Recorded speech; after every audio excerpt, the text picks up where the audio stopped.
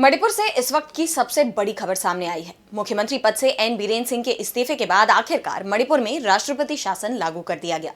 लेकिन सवाल यह है कि क्या यह फैसला मणिपुर में शांति बहाल कर पाएगा। इस मुद्दे पर लोकसभा में विपक्ष के नेता राहुल गांधी ने केंद्र सरकार पर बड़ा हमला बोला। तो आइए जानते हैं मणिपुर में राष्ट्रपति शासन लागू होने की पूरी कहानी विस्तार से। मणिपुर में राष्ट्रपति शासन लागू कर दिया गया है। सीएम पद से एन बीरेन सिंह के इस्तीफे के चंद दिनों बाद ये फैसला लागू किया गया है। 9 फरवरी को एन बीरेन सिंह ने सीएम पद से इस्तीफा दे दिया था, जिसके बाद राज्यपाल अजय भल्ला ने राज्य में राष्ट्रपति शासन लागू करने की सिफारिश की और अब आखिरकार राज्य में राष्ट्रपति शासन लागू हो गया है।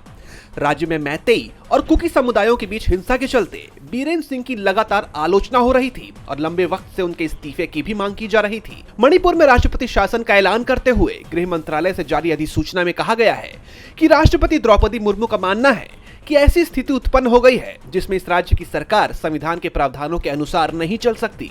अब संविधान के अनुच्छेद 356 द्वारा प्रदत्त शक्तियों का इस्तेमाल करते हुए मैं घोषणा करती हूं कि मैं भारत के राष्ट्रपति के रूप में मणिपुर राज्य सरकार के सभी कार्यों और इस राज्य के राज्यपाल द्वारा निहित या प्रयोग की जाने वाली सभी शक्तियों को अपने अधीन करती हूं।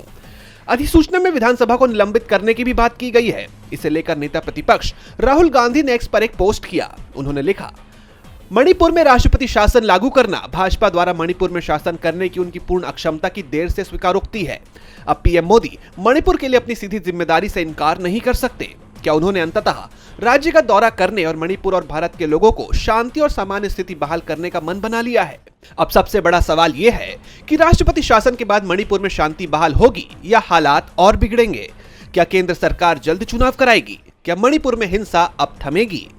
डीबी लाइव की रिपोर्ट।